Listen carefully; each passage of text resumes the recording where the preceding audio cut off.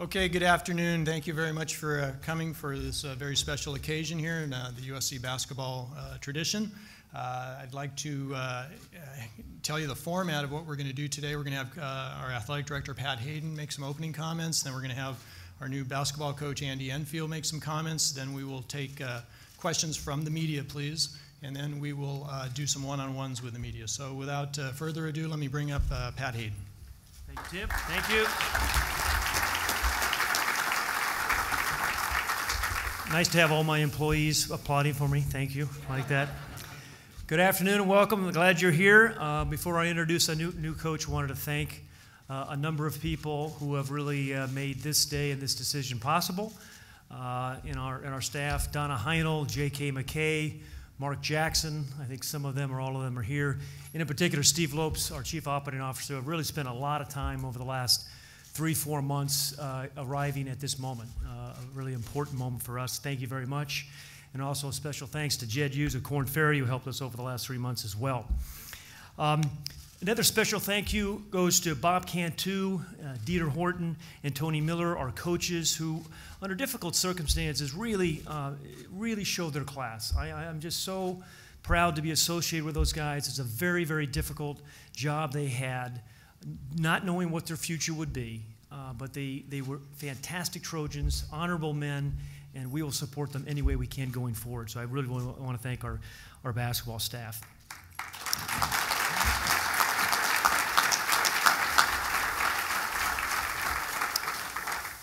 USC basketball should be relevant. USC basketball should be relevant. But let's be honest, it has not been relevant for a while.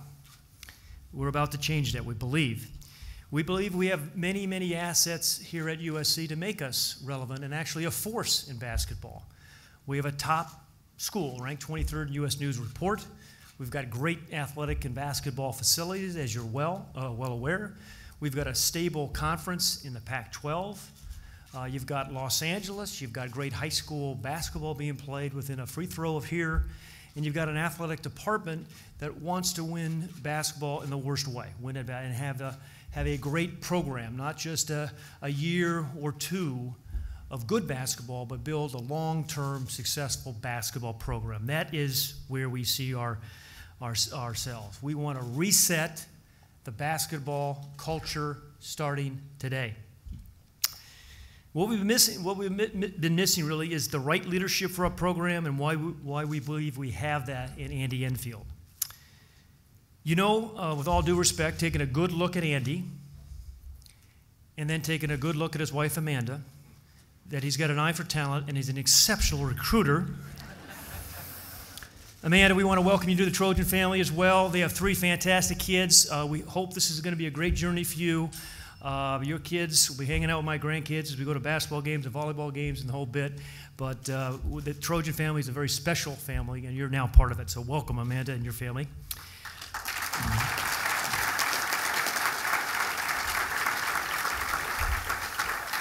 I know a lot has been made of Andy over the last few weeks, but I think when I've looked at him, what we've looked at, Steve and I and our team, it really looked at a lifetime of success.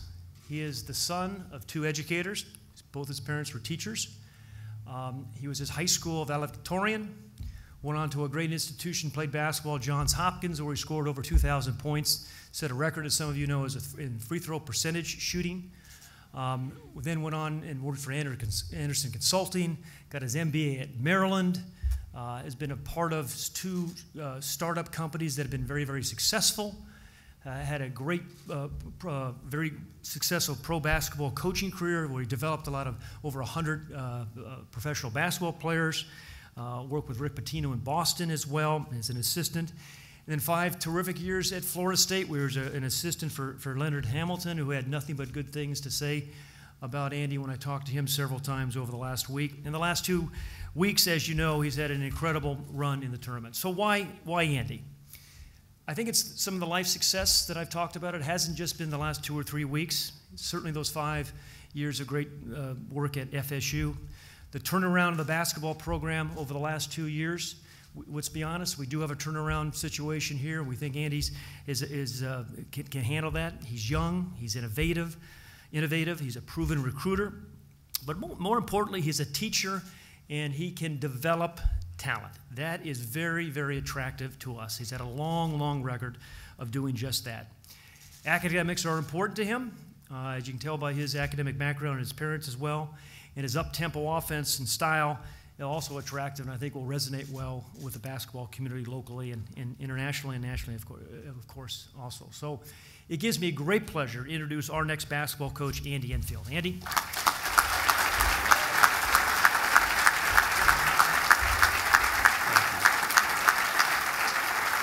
Thank you. Well, this is a dream come true. I want to thank Pat, next basketball coach at USC. I still can't believe it. This has been a dream of mine since I was a young child. Grew up in a basketball family. My father was a 9th grade coach for 20-some years, a varsity coach in a small town in Shippensburg, Pennsylvania.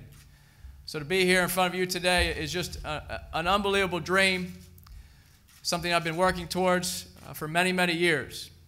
It's an honor to be here at one of the greatest institutions in the United States. I used to drive by USC. My brothers lived here for 15 years. I used to drive by this place and say, wow, what a great place. And to be in front of you is just overwhelming, and it's a great sense of personal pride to see all of you here. Family to me is the most important thing. When I met with Pat and the administration, they portrayed this family atmosphere, and it's true. I have a wonderful family. I have 2 siblings. My brother lives here. My sister lives in Washington, D.C. My parents still live in the same town in Pennsylvania. I look forward to bringing them onto this campus. That's why I left the NBA to come to college. I wanted to be part of a college environment, have my kids grow up around a college environment. And I look forward to meeting everyone in this room and many more people on campus. A background about my life, I did go to Johns Hopkins University, went to business school at Maryland, was in the MBA, and when I was in the transition period doing some MBA consulting, I lived in New York City and worked out at a health club in Manhattan and used to play pickup basketball. And I was in my 30s, so I said, it's about time to find a wife and settle down. I didn't want to be too old to have children. But the NBA lifestyle was difficult. I was fortunate to play at a nice health club in New York, and we used to play pickup basketball. And if you lost, you'd have to wait for 30 or 40 people, and you wait an hour sometimes to get back on the court, so you didn't want to lose. And I just happened to play with this beautiful woman and her husband. They would play, and they were models in New York City. And this girl, Jenny, she's a big-time athlete, and she used to always want to be on my team. And her husband was great too. But I used to pass Jenny the ball. Well, a lot of other guys wouldn't. So I made sure we'd be up. I was still in pretty good shape back then. And I used to pass her the ball. She could make some shots. And got to be good friends with Jenny and her husband, Arlen. And all of a sudden, one day, Jenny comes up to me and says, hey, Andy, I know you're a coach. I'm trying to go to the NCAA tournament game in Boston. There was an NCAA first-round game in Boston. We were in New York City. My friend has tickets. Are you going to go? Maybe we can meet up with you in Boston. I said, yeah, I'm going. In fact, I'm planning on driving up in 2 days. I said, how are you getting here? She said, well, we're going to fly. I said, don't fly. I'm happy to drive you and save you $1,000 in tickets and drop you off wherever you want to go in Boston. So she said, oh, that'd be great. Let me check with my friend, make sure it's okay. And she came back the next day. She said, sure, just pick us up. We'd love for you to take us. So the next day, I get to go to Boston. I'm ready to go. I get in my car. I drive up to the Starbucks in Manhattan. And out of the Starbucks walks Jenny and her friend, Amanda. They got my car. And I said, oh, this is going to be a great trip. Thank you, Lord. This is going to be a great trip. Well, it was a great trip. And then as we were going up to Boston, Amanda's from Oklahoma City, a small town outside Oklahoma City. She's a huge Oklahoma State fan. Her father had season tickets, football and basketball. She likes college football and basketball more than I do. So we had a lot in common that weekend. Our first date was back in New York a week later. I didn't take her to some high-end restaurant in Manhattan. I took her to Taco Bell at St. John's Arena at the Student Center because We were going to an NIT basketball game at St. John's and sat right behind the bench, and I'll never forget the comment that she made. Literally, we were 2 feet behind the bench. The huddle of the team was around us in the timeouts. I'll never forget this. After the second media timeout, the sweat was flying off the players. A few drops landed on her, and she looked at me and said, "Do these guys always smell like this?" Well, I said, hey, you're in the game. You can be a coach, right? You're in the huddle, so just enjoy it. Well, we had a lot of fun. Our first few dates all revolved around college basketball.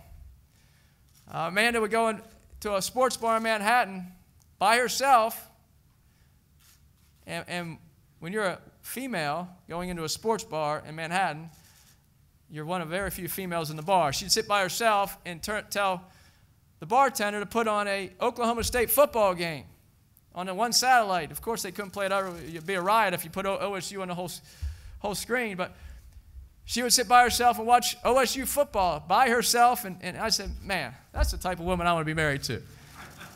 Whenever you have that passion for sports well, we moved on from that. We were married, and she was a successful model in New York. She left home at age 18 with no money, didn't know anyone, lived in an apartment with 4 or 5 other aspiring models, and she made it in New York. And I realized that her background was much like mine. It doesn't matter what people think, what they say. If it's in here and you have a dream, you can do it. And I give her all the credit in the world because she had to leave with failure and come back. A few months later, after she worked in a grocery store and got enough courage to try it again, and she became one of them, an extremely successful model and flew all over the world. And when I met her, she was still in the prime of her career. Well, then, I wanted to get into college coaching. I had a great opportunity at Florida State University. And this woman over here gave up her career in her prime to be a coach's wife and start a family.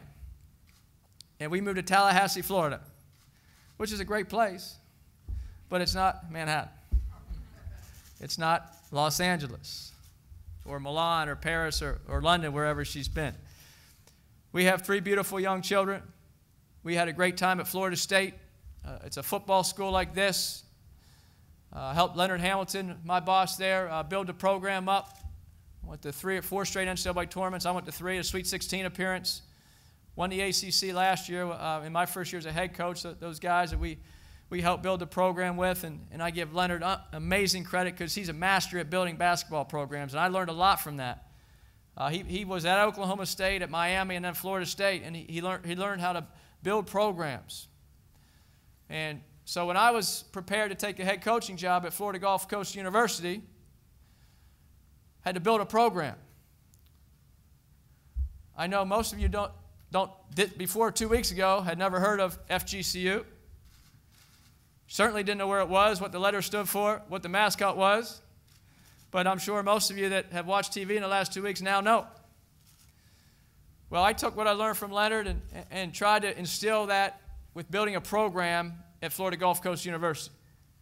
Had a great AD there, Ken Cavanaugh, who was a basketball guy, and he understood the importance of sports on campus and what it took.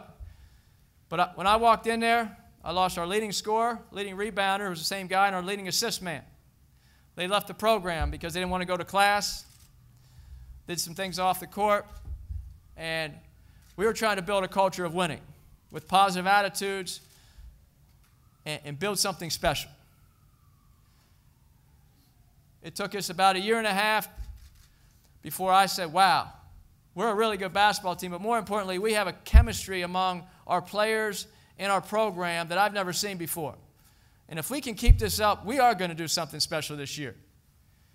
And we went into the second half of the season. We kept getting better and better. We beat Miami early in the year by 12. We won the ACC, and we were pumped up and had some ups and downs, but we just kept getting better. And our players developed. We have a very specific player development program that I've done in the NBA, that I did at Florida State, did at FGCU, and we're going to do here. And our players became better shooters, passers, ball handlers, could finish with both hands in the lane. They had post moves. They could defend. They could push the ball down the court, make decisions going full speed. And by the end of the season, we won 7 in a row. Then we lost a couple on the road. Then we won seven more. And beat Mercer, who was in our league, for the championship on their home court. They were 15-0 at home, and they beat Tennessee, Alabama, and Florida State this year. They're a great team. I said, wow, we're in the NCAA tournament. Had Georgetown, the Big East co-champ, in the first round. I said, you know what? Our players are talented enough because we've done that development, and they have that team chemistry like I've never seen. We're going to go win some games. And our players believed. And we walked into the Wells Fargo Center in Philadelphia and beat the best team in the Big East. And if you watch the game, we didn't squeak by. We scored more points, 78, than any team all year on them because we play an up-tempo, very controlled style. We try to score in the first 7 seconds of the shot clock. We push the ball. We defend.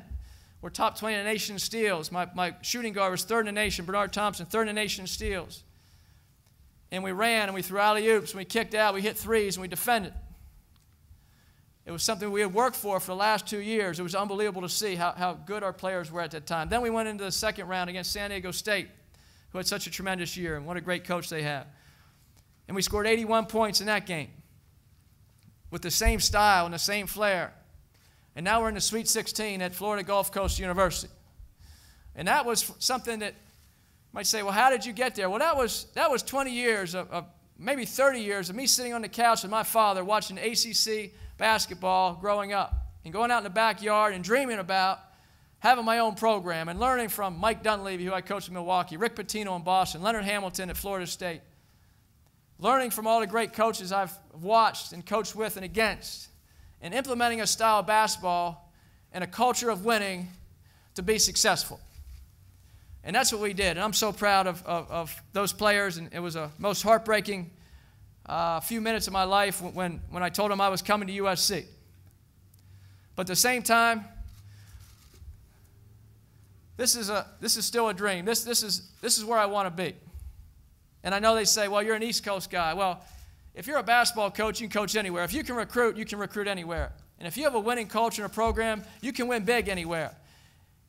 And I often dreamed about having a place like this that has the tradition, the resources, the support of the fans, the community, the administration, the student body, the Galen Center, one of the nicest places to play in the country, a Los Angeles recruiting market where I can get my car and drive and see numerous great players within the same day or 2 days instead of getting on a flight and having to fly all over the place. To have a national brand where players from all over the country and internationally will come and want to go to school here because it's a top 25 or 30 academic school in the country. Some of the programs are ranked even higher. To have great graduate programs. And to have the tradition and the excitement of what USC can bring. So this is a dream for me. And my family looks forward to becoming part of the Trojan family. I know it's going to take a while before we can all sit down and talk, but I look forward to that. So I want to thank you for believing in me, Pat, and the rest of the administration. And one thing I can say, I'm going to show up every day in this office with my coaching staff and make this a better place than it was the day before. And I look forward to it. Thank you.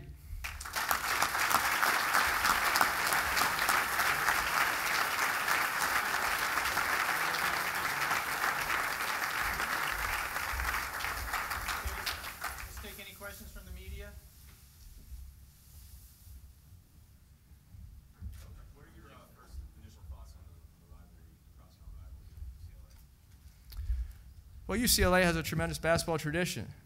They just hired a new coach who's been successful. I don't know Steve very well as personally. I certainly respect him, and I respect what they've done there.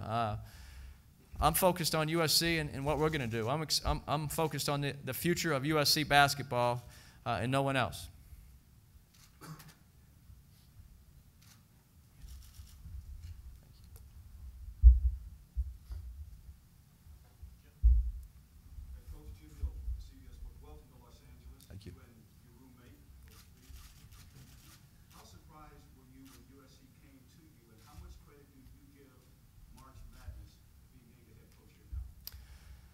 Well, they always say the tournament is a place to make a name for yourself, and our school certainly did.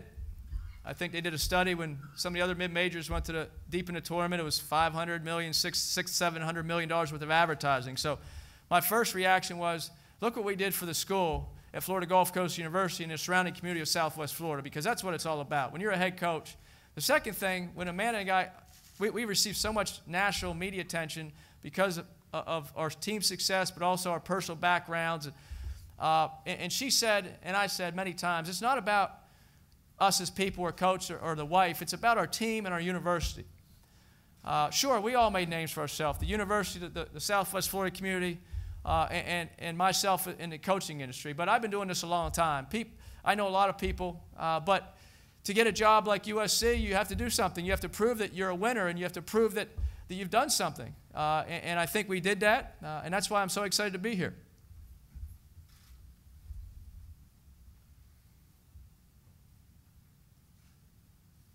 Anyone?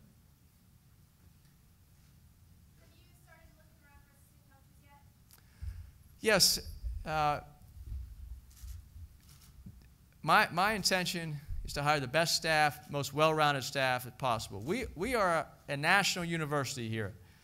We need to be able to recruit locally, and Southern California has great players. They always have. This area is just a hotbed for basketball. So we need to have a huge presence and develop relationships within Southern California.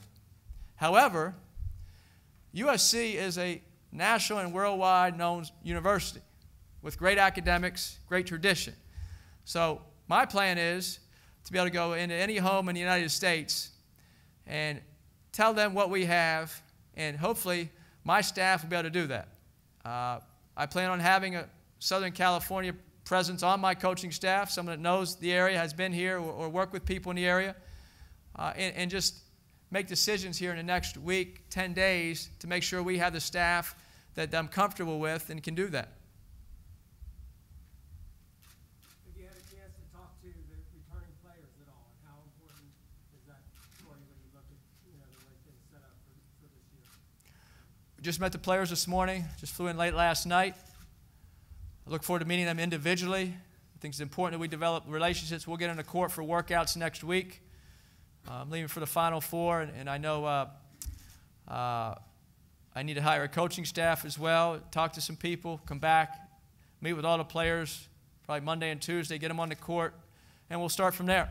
I watched a little bit of film on our team, very impressed with what I saw. I think there's a lot of potential, and the thing that impressed me the most was the development. With our player development program, what we do, I'm just projecting where these guys are going to be 3 months, 6 months, 9 months from now, and I'm very, very excited for it.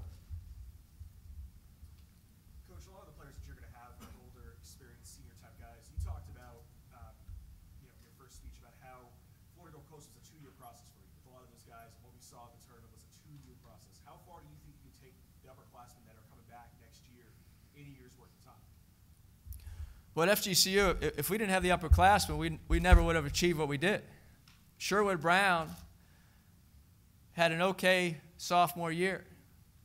He was a walk-on originally. This year, with our player development program we have in the last year and a half, 2 years, he was player of the year in the league, averaged 17, 18 points in the NCAA tournament in 3 games. He just made Associated Press honorable mention All-American, and will be in the 3-point contest in Atlanta this week. That's what I'm talking about, player development. Okay, Bernard Thompson came out of high school as a streaky shooter, had a lot of efficiencies in his game. He scored 23 points against Georgetown and San Diego State, and is third in the nation in steals. That's what I'm talking about, player development. So this is all about the upperclassmen right now. Our existing roster has to win games for us next year. And I know we'll bring some freshmen in, but our existing roster has to improve, and they're the guys that we're going to rely on. And that's why it's so important that we develop that culture, and that comes over time, because the returnees are the cornerstone of your program. And sure, you have to bring in talent for the future, and maybe you bring in some freshmen or talent to play, but these guys that I just met with this morning are what I'm focused on, and I can't wait to get started. Could you do kind of a little specific rundown of what exactly the player development program is? How do you do that? Well, I know this is in the media, so I'm going to refrain from giving all the secrets away, but it's just something I've developed over many years. I started in the NBA as an assistant coach. I was a shooting coach, an assistant coach, a player development coach. My personal belief is players don't come in ready to affect the game at the highest level right out of high school. Now, can they contribute and play a lot of minutes? Of course. But there's a big difference between an 18-year-old and a 20-year-old and a 22-year-old with their body maturity and their skill development if it's done the right way. And I adjust shooting techniques. If you're a streaky shooter, there's a reason. I have two instructional shooting videos in the market. I did the first one with Glenn Rice, the Charlotte Hornets. Did the second one by myself with some high school players, how to adjust shooting techniques. So shooting's a big part of it. But the ball handling, the finishing, the passing, we throw a lot of lob passes at FGCU. Well, I learned that in the NBA. It's hard to throw a pass to a big guy right here in the chest because they got to move their hands fast. If it's a hard pass, they can't catch and they can't finish. You got to throw it up or down. And we work on that. You drill that. My first year at FGCU, we were throwing lob passes in the 8th row of the stands. This year, we're throwing it 2 inches from the rim and they're dunking it with guys in their face. So it's just a progress of what we feel necessary in our system. Our system is so fast-paced and up-tempo and exciting to play, and that's why I think players in this area are going to be thrilled to come play in this. But if you want to play fast, you got to practice fast, and you have to drill each aspect of it. So when you're in transition or in a half court and you're going full speed getting by your guy, and now it's time to step around a big guy and finish with your left hand, you better be able to do it, or shoot a floater over a 7-footer. So there's a lot of things that we go into it. I'm just giving you a few examples, but it's very specific, and all guys want to be professional basketball players. Education's important, yes. We're going to get their degrees. But on the court, they want to be pros. And that has been my goal ever since I was a college coach. What are you going to do to make them a pro? All they got to do is come with a work ethic, and they'll be a pro.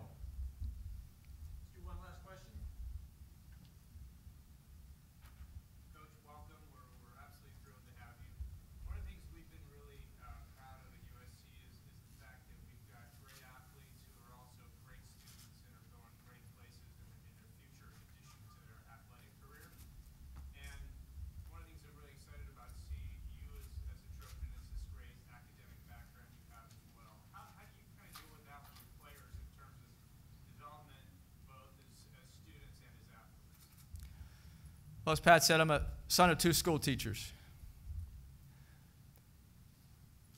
I chose my college based on academics. I could have played a lot of places. I chose Johns Hopkins University because it was in the city of Baltimore, and I wanted to get a great education and play college basketball.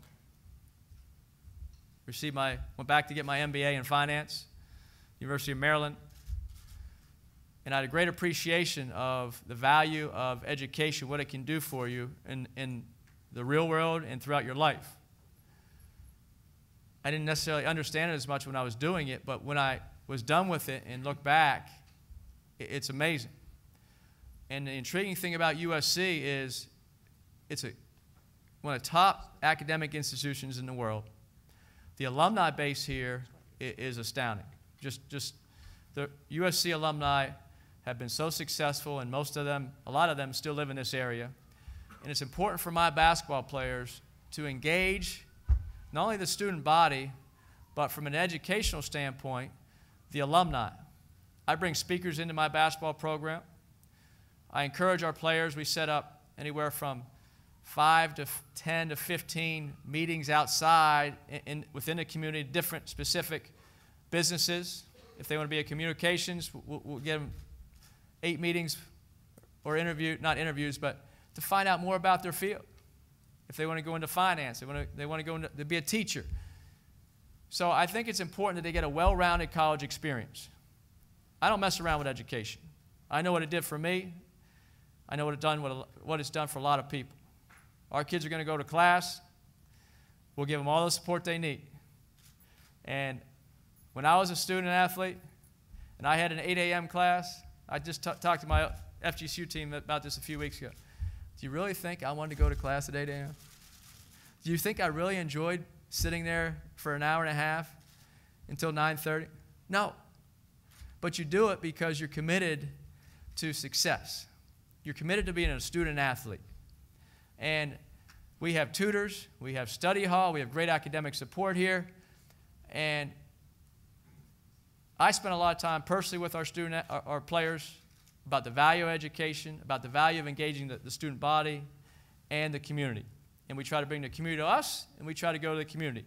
And that's all part of that real-world educational experience where when they leave here and they're done playing professional basketball, they can come back and be the next USC alumni that's successful living here in Los Angeles.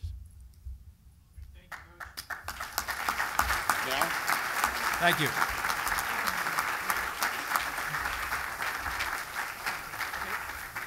We're going to do some quick pictures here up front, then we'll break.